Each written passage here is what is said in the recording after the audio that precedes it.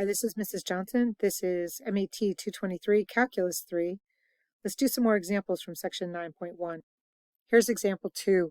Determine whether the points given below lie on the same straight line.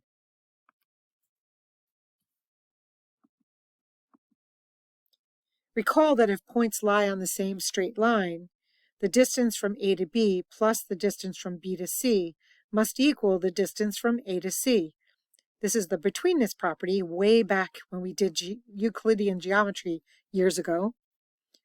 So in this case, what we're going to do is we find the length of DE using the distance formula that we're given here.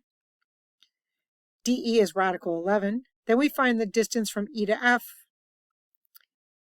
And again, putting it into the formula and evaluating, we get radical 44. And then finding the distance from D to F, we get radical 99.